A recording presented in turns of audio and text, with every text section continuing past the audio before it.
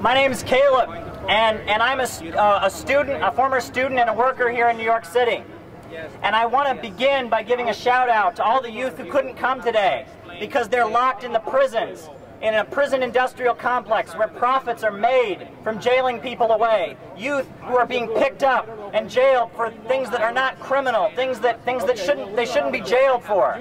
I also want to give a shout out to all the youth who, because of economic conditions, have been forced to join the U.S. military and are abroad used as cannon fodder for these profiteers and these bankers. They couldn't be here today. Now, if you look up at these buildings all around us, before these buildings were constructed, what did the people who built them have? They had a blueprint. They had a blueprint and a plan.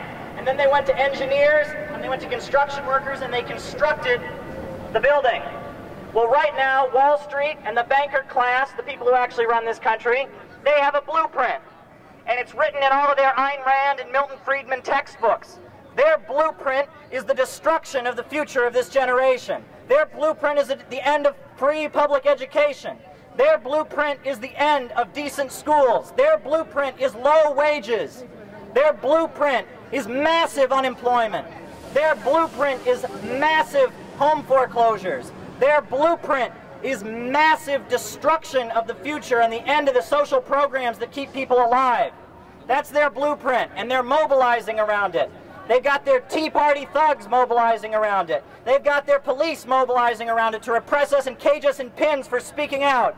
They've got their Democrats and their Republicans mobilizing around it.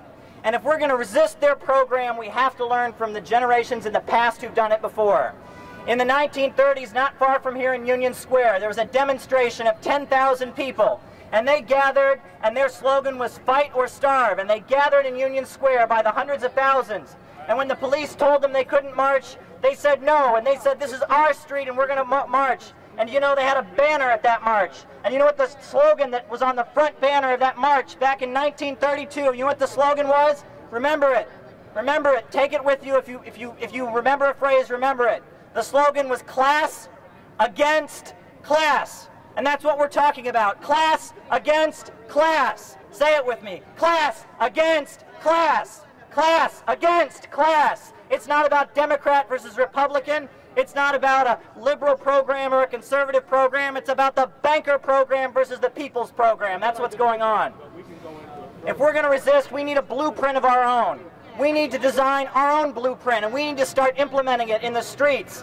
Whether we need to coordinate all of the resistance together so we can build a strong, united program of resisting the bankers' agenda of shutting us down and destroying us.